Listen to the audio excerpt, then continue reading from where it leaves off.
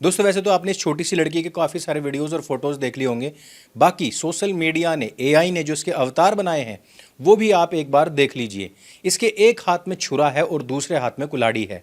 ये ललकार रही है ऐसे रजिस्ट्रों को, ऐसी मानसिकता के लोगों को जो उसकी छोटी सी 12 साल की बहन को गलत तरीके से छूने का प्रयास कर रहे थे। वो जोर जोर से चिल्ला रही है, get the fuck away from her, मेरी बहन से दूर रहो। और उसने बाद में कहा, don't punch my little sister, she is only 12, मेरी बहन को मत छेड़ना, वो सिर्फ 12 साल की है। पीछे से पुरुष की आवाज आती है, show the knife, show the knife, चाकू दिखाओ, चाकू दिखाओ। लड़की हथियार दिखाकर पीछे हट रही है लेकिन हमला नहीं कर रही है। यह वीडियो सोशल मीडिया पर बहुत ज्यादा वायरल हो चुका है।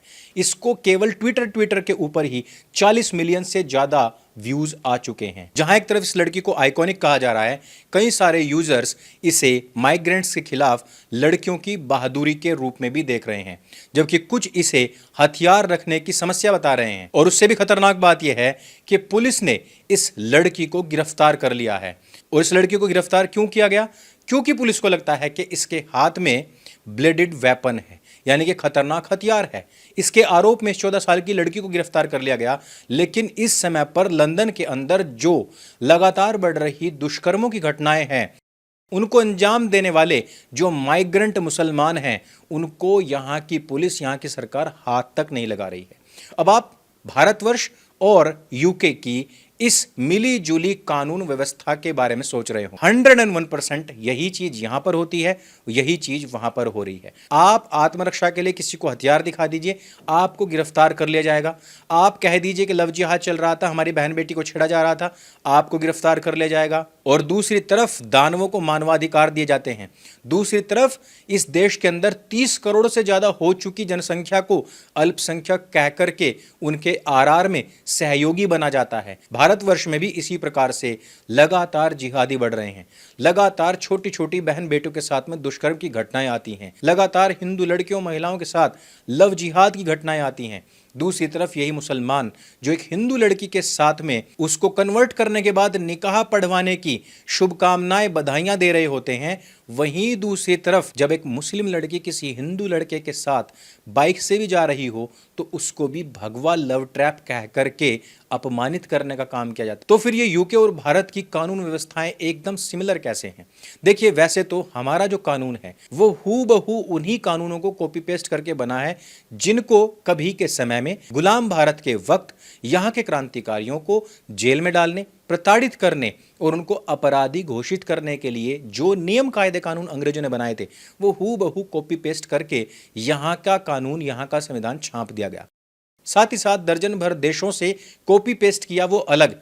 वैसे तो इसको उधार मांगना, भीख मांगना कहते हैं, लेकिन इसको सोफिस्टिकेटेड लैंग्वेज में अडॉप्शन भी कह सकते हैं। और इसी कॉपी पेस्ट के कार्य को 2 वर्षों में करने वाले लोग आजकल संविधान निर्माता, महामहिम, महापूज्य, यहां तक कि भगवान तक कहे जा रहे हैं। अब अगर हम केवल इस लड़की की ही बात ले लें तो सोशल मीडिया पर यह लड़की खूब छाई हुई है। सब लोगों को ये हीरोइन लग रही है। ठीक वैसे ही जैसे बाहुबली पार्ट 2 में जब बाहुबली अपनी पत्नी को मंदिर जाते समय छेड़ने वाले की उंगली काटने पर गुस्सा हो जाते हैं और वो कहते हैं कि ऐसे लोगों की उंगलियां नहीं काटते, ऐसे लोगों का गला काटना चाहिए। लेकिन हिंदुस्तान से लेकर के पूरी दुनिया के अंदर ये रेसिस्ट जमात इस समय पर यही कार्य कर रही है। इनके खुद के देशों में इनको स्टोनिंग करके मार दिया जाता है, लेकिन ये लोकतांत्रिक देशों में, ये काफिरों के देशों में अपने लिए बहुत ही हल्के फुल्के कानूनों की मांग करते हैं, अपने आप को अल्पसंख्यक बताते हैं, अपने आप को पीड़ित बताते हैं। इस समय पर यूके की गवर्नमेंट की थू थू हो रही है और वो केवल वहीं पर नहीं, पूरी दुनिया के अंदर हो रही है। वैसे मैं आपको बता दूं कि जो पुरुष है वो अरबी भाषा बोलता हुआ दिखाई दिया गया। वैसे मैं यहां आपको पहले ही बता दूं, कभी कल कोई कंफ्यूजन रह जाए, कि इस व्यक्ति को भी बाद में गिरफ्तार कर लिया गया दबाव के बाद में, और ये व्यक्ति अरबी लैंग्वेज बोलता है। जो सोशल मीडिया पर इसके फोटोज वीडियोज आए हैं उससे स्थानीय लोग केवल यही समझ पाए कि ये वही व्यक्ति है जो 6 साल 9 साल की लड़कियों को भी नहीं बख्शते। 12 साल की लड़की तो फिर भी बहुत बड़ी थी। अब देखिए, ये जो घटना हुई है यूके के अंदर, ये माइग्रेशन और महिलाओं की सुरक्षा पर एक बहुत बड़ी बहस को छेड़ चुकी है। खासकर जैसे कि वहाँ के जो दक्षिणपंथी समूह हैं, वो इस समय पर सिटीजन पेट्रोल की मांग कर रहे हैं। यूके में माइग्रेंट्स के द्वारा लगातार दुष्कर्मों की जो संख्या है, वो कंटिन्यूअसली बढ़ती जा रही है। 2022-23 में जिस समय पर मैं अपनी पुस्तक ढाई मोर्चा का चक्रव्यूह लिख रहा था, उसका जो अंतिम चैप्टर है, यदि आप उसको पढ़ेंगे, इंग्लिश वाली जो है, उसमें अगर आप पेज नंबर 331 पर जाएंगे तो यहां से मैंने पूरे आंकड़े दिए हुए हैं कि पूरी दुनिया के अंदर माइग्रेंट्स खुद कितनी जनसंख्या, उनकी कितनी प्रतिशत जनसंख्या है और अपराधों में उनका परसेंटेज कितना ज्यादा है। यह बात आपको हैरान कर देगी कि यूरोप के अधिकतर देशों में इनकी आबादी 5%, 6% है, लेकिन अपराधों में, बलात्कारों में इनकी जो हिस्सेदारी है वो 60, 70, 80% तक है। पेज नंबर 333 के तीसरे पैरा में आप पढ़ेंगे, 2015 की रिपोर्ट थी कि पूरे ऑस्ट्रेलिया के अंदर सिर्फ 2.2% मुसलमान थे और 10% वहां इस तरीके के दुष्कर्मों में वो लोग लगे हुए हैं। इसके साथ ही साथ मैंने सारे प्रूफ्स भी लास्ट में दिए हुए हैं। यूरोपियन पार्लियामेंट 27 फरवरी 2015 को इस बात को कहती है कि हमारे यहां पर इस तरीके की घटनाएं लगातार बढ़ती जा रही हैं। ये वही लोग हैं जिनको हमने कभी के समय में खाने को रोटी दी थी, इनको आश्रय दिया था, आज यही हमारी लड़कियों को मार रहे हैं।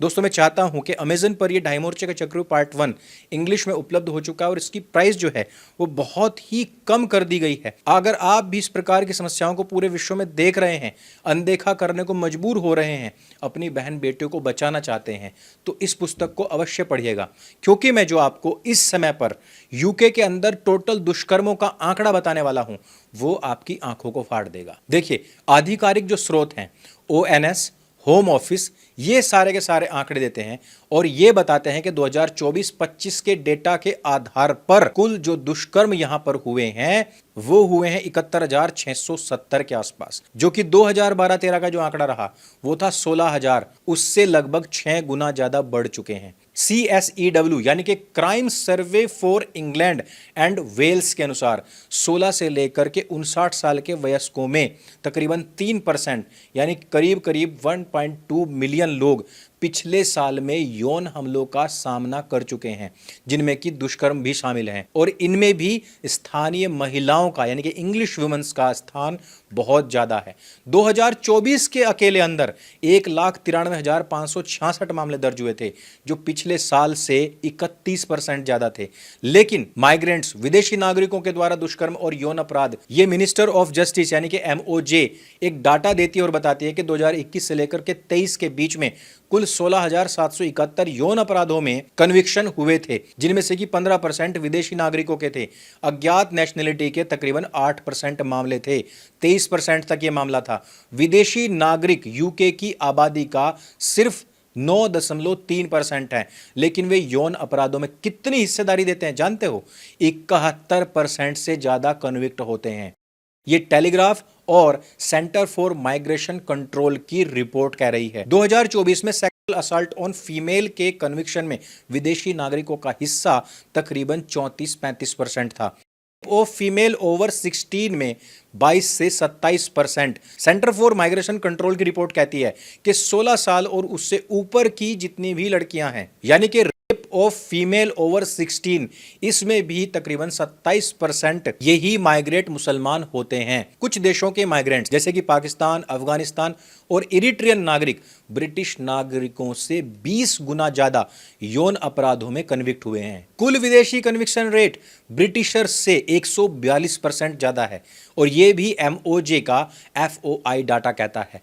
असाइलम सीकर्स माइग्रेंट होटल्स में 2025 में केवल आधे होटलों में 339 चार्ज यानी कि रिपोर्टेड क्राइम्स हो चुके हैं, जिनमें कई रेप और सेक्सुअल असॉल्ट शामिल हो चुके हैं। पूरे सिस्टम में 708 से ज्यादा चार्जेस हो चुके हैं, जैसे कि एक इथोपियन माइग्रेंट पर 14 साल की लड़की से असॉल्ट का आरोप हुआ था। ये द सन और मेल ऑन संडे की रिपोर्ट कहती है 2024 में विदेशी नागरिकों की जेल रेट भी ब्रिटिशर से 27% ज्यादा है, जिसमें कि अल्बानिया, पाकिस्तानी, मालदीवियंस, मुस्लिम्स सबसे ज्यादा हैं। लेकिन ONS कहता है कि युवा मेल माइग्रेंट्स यानी कि 16 से लेकर के 64 साल के बीच के जो लोग हैं वो सबसे ज्यादा रेपिस्ट होते हैं, जो अपराध रेट को प्रभावित करता है। अब इसका सबसे बड़ा कारण क्या है? कारण है महिलाओं के प्रति इन लोगों का नजरिया। कारण यह है कि इस्लाम के अंदर महिलाओं को जिस प्रकार से भोग्य वस्तु कहा गया है, ये हमेशा अपने शरीर को बुर्के में ढक करके रखेंगी तो ये बच जाएंगी। इसके लिए टॉफी और केले तक का भी उदाहरण दिया जाता है। ये मानसिकता के युवा जिन्होंने ताजिंदगी मदरसों के अंदर मौलानाओं को सुना है, जिन्होंने कुरान को पढ़ा है, जिन्होंने हदीसों को पढ़ा है, जब ये इस प्रकार के देशों के अंदर जाते हैं, वहां पर देखते हैं कि वहां पर तो खुली संस्कृति है, तब ये उन बातों को याद करते हैं कि जो इस प्रकार की लड़कियां होती हैं वो होती ही के काबिल हैं। अब आप देखिए कि 180 करोड़ जनसंख्या है इनकी। ये पूरी दुनिया में कहते हैं कि सेकंड नंबर पर हम आते हैं।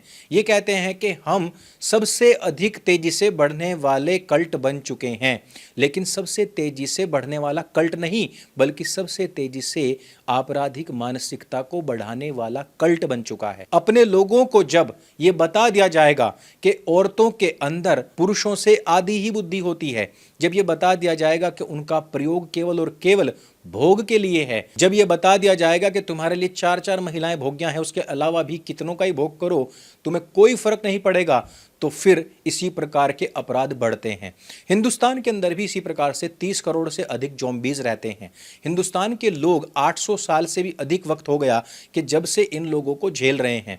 लेकिन प्रॉब्लमेटिक बात यह है कि हिंदुस्तान की जनता ही सबसे मूर्ख जनता है, जो इतने बड़े एक्सपीरियंसेस अपने सामने होने के बावजूद भी आंखें खोलने के लिए तैयार नहीं है।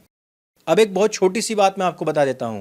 एमओजे की यही रिपोर्ट कहती है कि कई मामले अनरिपोर्टेड रहते हैं। 85% महिलाएं रिपोर्ट ही नहीं करती हैं। और ये मैं कहां की बात बता रहा हूं, ये हिंदुस्तान की बात नहीं है।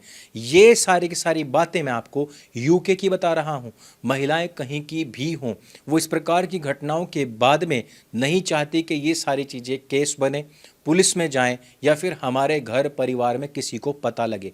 लेकिन एक 14 साल की लड़की ने हथियार उठाया है। उसने पूरी दुनिया को बताया है कि इस प्रकार के ज़ॉम्बीज़ जिहादियों से लड़ने के लिए केवल एक ही तरीका है, और वो ये है। आज पूरी दुनिया इस लड़की को सैल्यूट कर रही है, लेकिन मुझे लगता है कि ये लड़की भी कुछ ही दिनों के बाद में या तो दबा दी जाएगी, या फिर जेल में जो डाली गई है वहां के बाद पूरी तरीके से ब्रेन वॉश करके, और जिस प्रकार से यूके की गवर्नमेंट इन सारे के सारे रिफ्यूजीज के अपीसमेंट में लगी हुई है, ठीक उसी प्रकार का डोज इस लड़की के अंदर भी उतार दिया जाएगा। हिंदुस्तान की सरकार हो या यहाँ की जनता हो, वो पश्चिम को ही कॉपी करती है। उसी पश्चिम को कॉपी करते करते आज हमारा ये हशर हो चुका है। फिर भी मैं सबसे चाहूंगा कि इस लड़की को दिल से सैल्यूट अवश्य करें और इसकी कहानी सब लोगों तक पहुंचाने का प्रयास करें। पूरी दुनिया के अंदर महिलाओं के प्रति ये जो जिहादी मानसिकता तैयार हो रही है मदरसों के अंदर, और वो भी कल्ट के नाम पर, मजहब के नाम पर, इसको एक्सपोज करने में हमारा सहयोग अवश्य करें। मैं नहीं कहता कि आप मुझे डोनेट करें, आप इस वीडियो को बस लोगों तक पहुंचा दीजिए। और उससे भी ज़्यादा कुछ करना चाहते हैं तो हमारी ये जो पुस्तकें हैं इनको लीजिए, क्योंकि ये एक एक पुस्तक कई कई लोगों के उपदेशों के बराबर है। अगर ये वीडियो आपको अच्छा लगता है, जानकारी से भरपूर लगता है, इसको सबके साथ में शेयर अवश्य कीजिएगा। मेरे संग बोले सत्य सनातन वैदिक धर्म की जय। जय हिंद, वंदे मातरम।